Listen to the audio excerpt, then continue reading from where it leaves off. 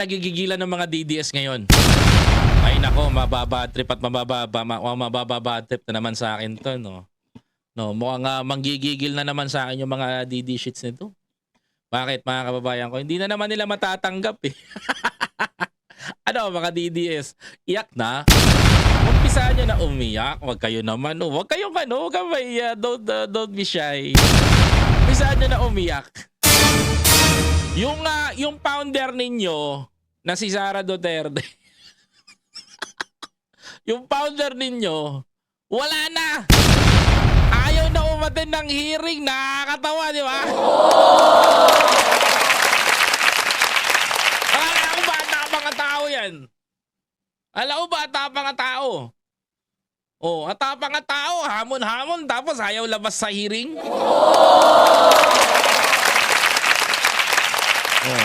Oh, eto na. Para magkaalaman, oh. Walang iyakan, mga DD sheets, ha. Baka umiyak kayo. Tuloy. Pinadadalo ng House Justice Committee si Ombudsman Boying Remulla sa susunod na impeachment hearing laban kay Vice President Sara Duterte.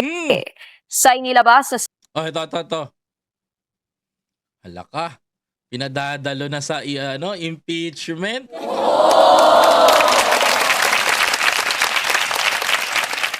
Alam niyo si Sara Duterte, takot na takot po mga kababayan ko humarap sa hearing ng impeachment hearing ng Congress. Takot na takot. Gigil na gigil. Di siya makapalag eh. Bakit mga kababayan ko? The reason kung bakit di siya makaharap. You know what's the reason? Ayan. Kasi yung mga laban sa kanya, kaya ng sagot, kaya siyang lamunin.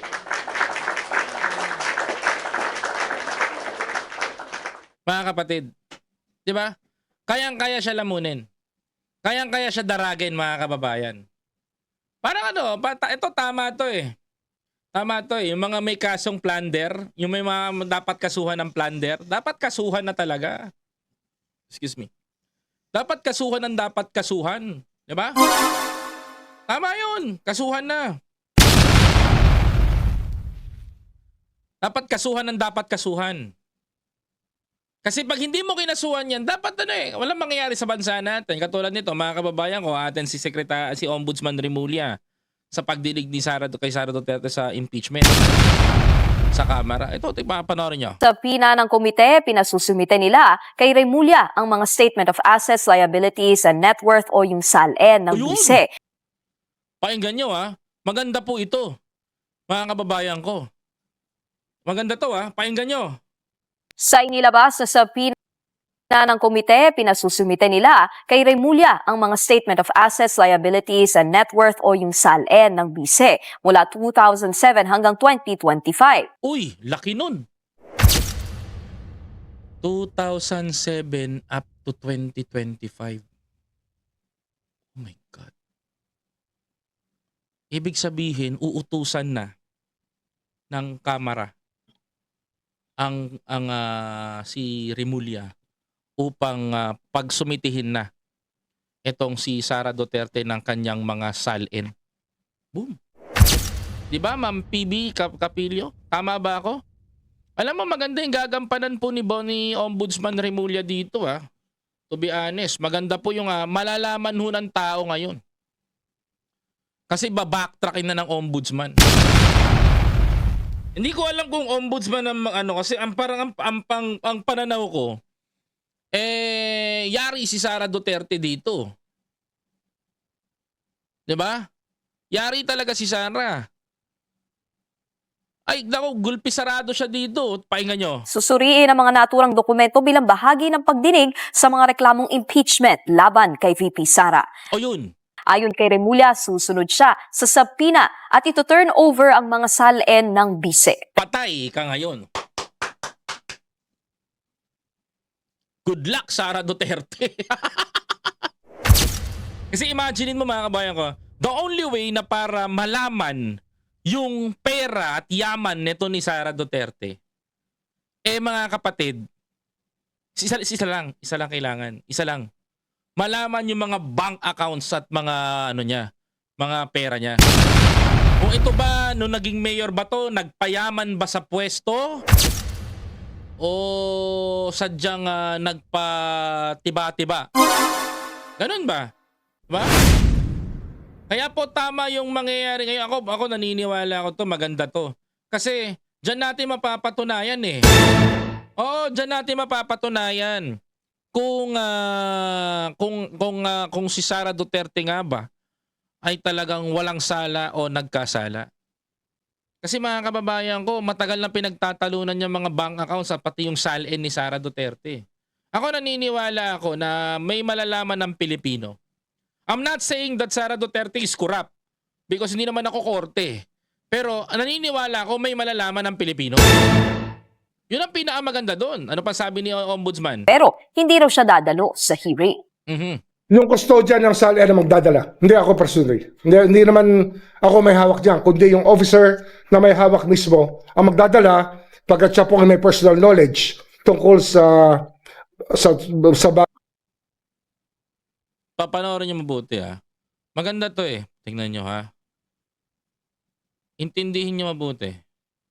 Sa subpoena at ito turn over ang mga SALN ng bise. Pero hindi raw siya dadalo sa hearing. Sa subpoena, ito turn over yung SALN ng bise. Pero di atin si Boying Rimulya. yung custodian ng SALN na magdadala. Hindi ako personally. Hindi naman ako may hawak dyan, kundi yung officer na may hawak mismo ang magdadala pagkat siya po ay may personal knowledge tungkol sa Alam mo, pabor na pabor ako dito sa Pabor na pabor ako dito sa impeachment hearing sa Congress. Kasi bakit? Dito pa lang sa Congress magkakaalaman na tayo kung talagang kung talagang may tama to si Sara. Kita nyo, ayaw umattend ng hearing. Sabi niya